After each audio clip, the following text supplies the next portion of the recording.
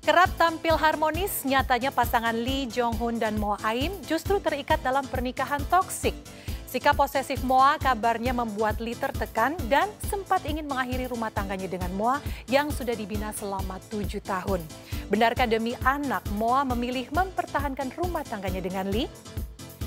Sebelum kita menyimak fakta pamungkas, izinkan saya, Dona Arsinta, undur diri dari hadapan Anda. Jangan lupa saksikan terus Barista setiap hari Jumat pukul 10 waktu Indonesia Barat hanya di RCTI.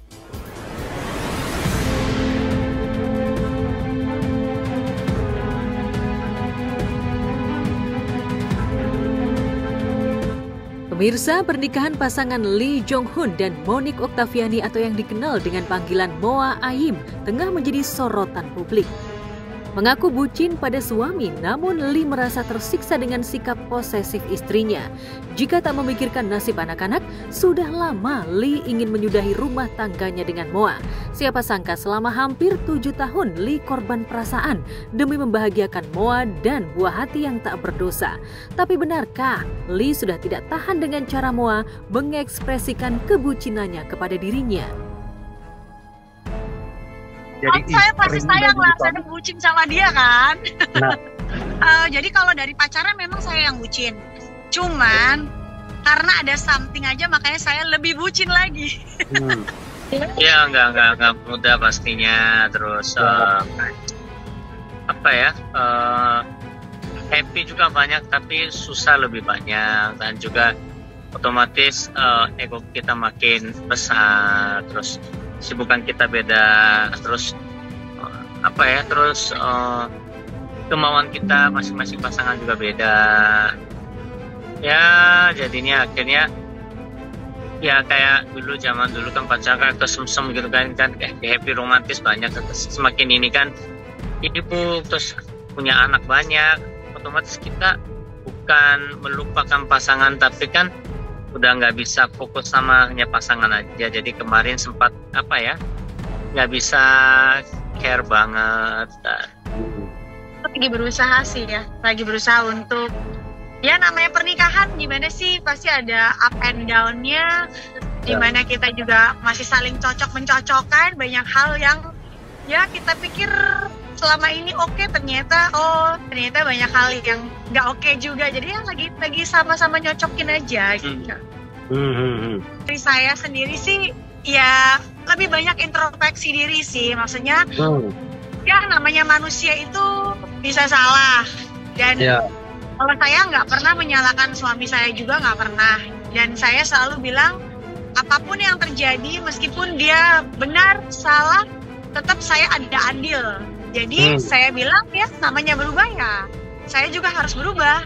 Ya kita sama-sama untuk cari kata sepakat aja sih sebenarnya. Kalau saya sih gini, kemarin kan sempat saya marah, sempat saya luapkan emosi saya gini. Cuman ini sebagai pasangan hidup, apalagi istri bisa melakukan itu kan pasti punya alasan. Sebenarnya mungkin dia juga punya trauma atau dia punya ketakutan. Mungkin waktu pacaran saya pernah melakukan kesalahan, mungkin dekat sama cewek. Terus ya mungkin dia ingin jaga keluarga kita lebih utuh. Kalau dari saya sih sebenarnya bukan masalah sulit disatukan, karena selama ini mungkin saya juga selalu ngikutin suami saya maunya gimana, suami saya juga selalu ngikutin maunya saya, maunya kita. Ya namanya suami istri kan, dua kepala pasti kita saling pengen cocokin. Tapi balik lagi, kita dari dua kepala yang berbeda, kebiasaan yang berbeda, itu pasti akan nyocokin ya lebih susah.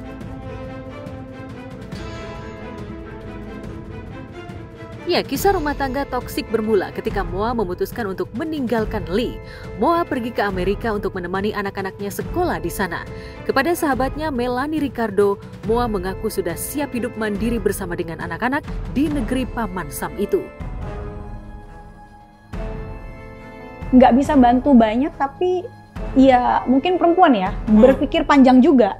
Nanti kayak gini gimana ya. Banyak satu kekhawatiran yang akhirnya aku berpikir, kalau ya kebetulan ada teman-teman awalnya welcome, awalnya di Amerika, tapi pas kejadian ternyata nggak welcome segitunya. Akhirnya di sana aku bener-bener berjalan sendiri, aku nyari segala macam sendiri. itu bener-bener ya bener campur tangan Tuhan, dikenalin akhirnya satu orang yang akhirnya membantu saya. Tapi dari perjalanan itu sebenarnya saya pikir ya kita berdua pikir ya buat anak-anak ya, buat masa depan ya, buat masa depan kita berdua juga. Awalnya. Tapi ternyata setelah saya di sana 1 bulan itu saya menyadari bahwa ternyata ini sebuah pelarian gitu.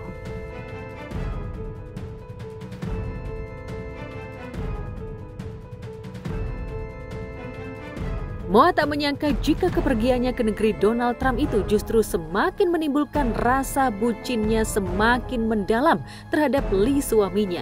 Dengan terbata, mantan istri Irwan Chandra ini mengaku jika keputusannya pergi ke Amerika merupakan alasannya untuk menjauhi Lee. Amerika tuh kayak aku memang pelarian karena terlalu banyak kesakitan yang aku pendam. Dan banyaklah the words that yang I think dia pengen sendiri, tapi dari on my side kayaknya apa yang diperlakukan dia orang lain mungkin melihat kok kamu nggak tinggalin sih.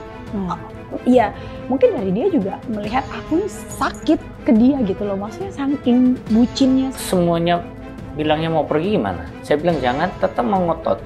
2 hari sebelum mereka pergi saya jongkok loh, nangis loh, jangan pergi, tetap pergi. Dia bilang mau pelarian gini. Sejak itu saya menutupin hati sebenarnya. Di situ aku marah. Kamu mau semau sendiri, seego sendiri, udah gak usah jadi istri. Kalau cuma mikirin 2 ini kita udah cerai dari kemarin. Karena ada anak kita bertahan. Kalau saya kan, saya hanya melihat fakta. Jadi ketika saya melihat fakta, saya pengen ada pembuktian. Makanya mungkin waktu saya melakukan pembuktian itu mungkin menyakiti hati suami saya, mungkin ya saya nggak tahu, itu kan posisi saya, my opinion ya gitu. Ya balik lagi ya intinya saya tahu saya pengen balik percaya ke suami saya, makanya mungkin saya dengan adanya satu kejadian itu ya saya juga nggak perlu cerita gimana kejadiannya, tapi ya itu yang buat saya sih mungkin lebih overreacted ya.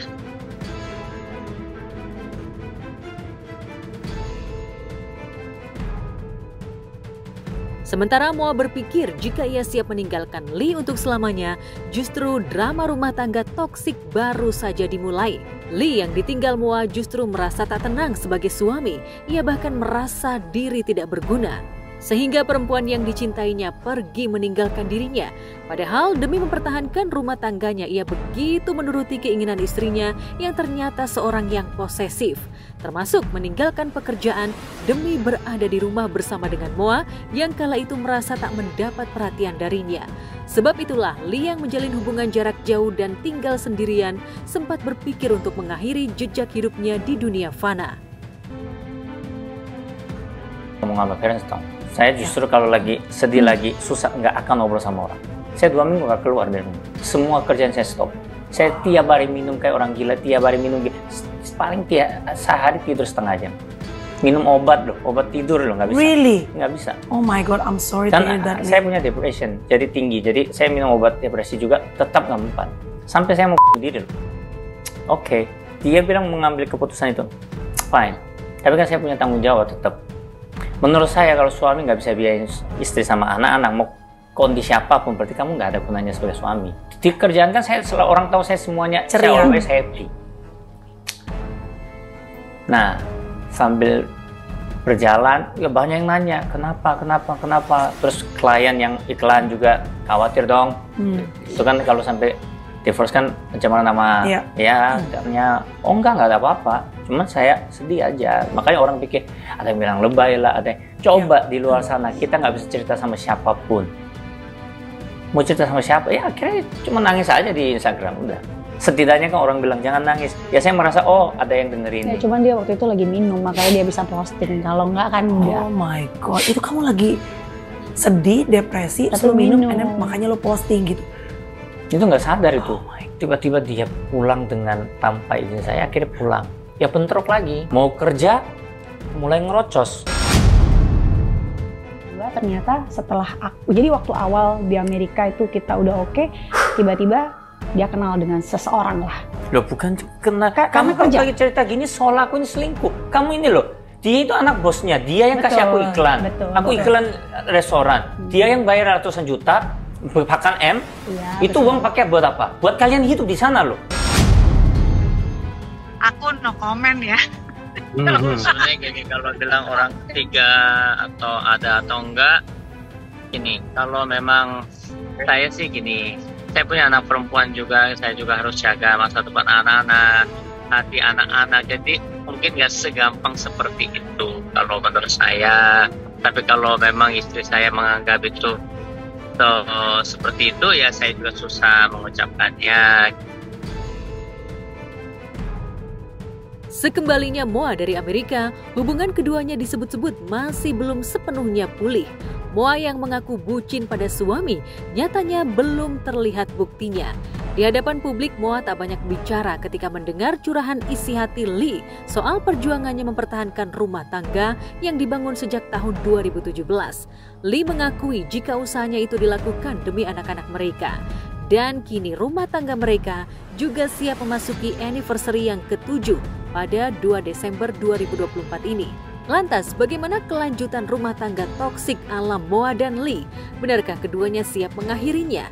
Sebenarnya karena lagi pada jadwal juga, terus di Desember kita punya acara juga ya.